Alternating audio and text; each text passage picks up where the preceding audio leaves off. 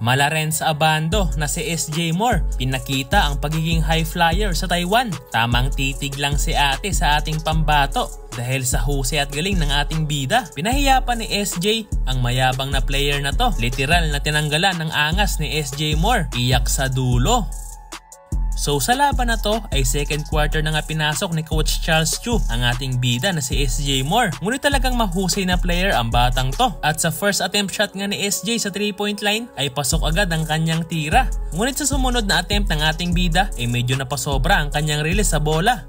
Ang isa kong napansin sa player na to mga boss ay meron talagang mataas na athleticism si SJ Moore na nagpapalakas naman sa kanyang depensa. Kaya hirap na hirap ang kanyang mga kalaban kapag siya na ang bumantay sa mga to. Under 6 minutes ng second quarter ay kamuntikan pang mapaaway si SJ matapos siyang salubungin ng isang hard foul ng naka-jersey number 7 at inangasan pa nga siya nito.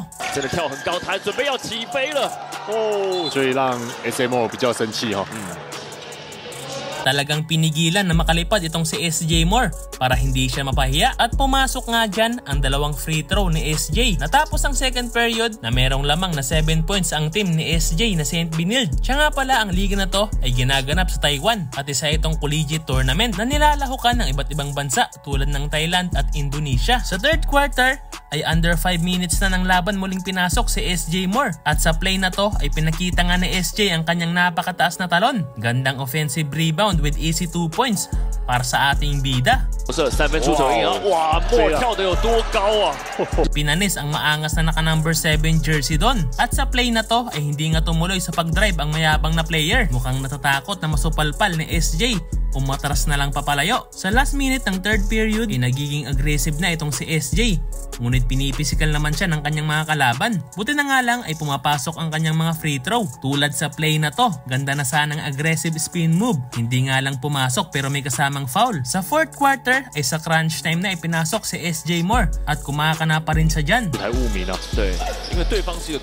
Nagpakita rin ng napakataas na jump shot. SJ Moore 启动了翻身的跳投中距。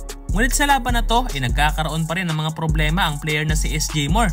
Kagaya ng kanyang mga turnover na madalas ay tinatawagan pa siya ng traveling at madalas rin siyang ma-foul trouble. Ngunit sa huli ay nakapagtala pa rin si SJ Moore ng 14 points at nakuha nga nila ang panalo sa laban na yan.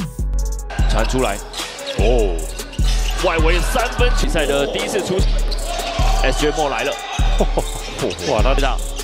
外围的投射，3分出手一样，哇，莫跳得有多，进攻篮板拿下来，所以目前他们两队目前是7分，这个刚刚也记录才5名了，对，因为对方是一个快攻了，应该没有的差距。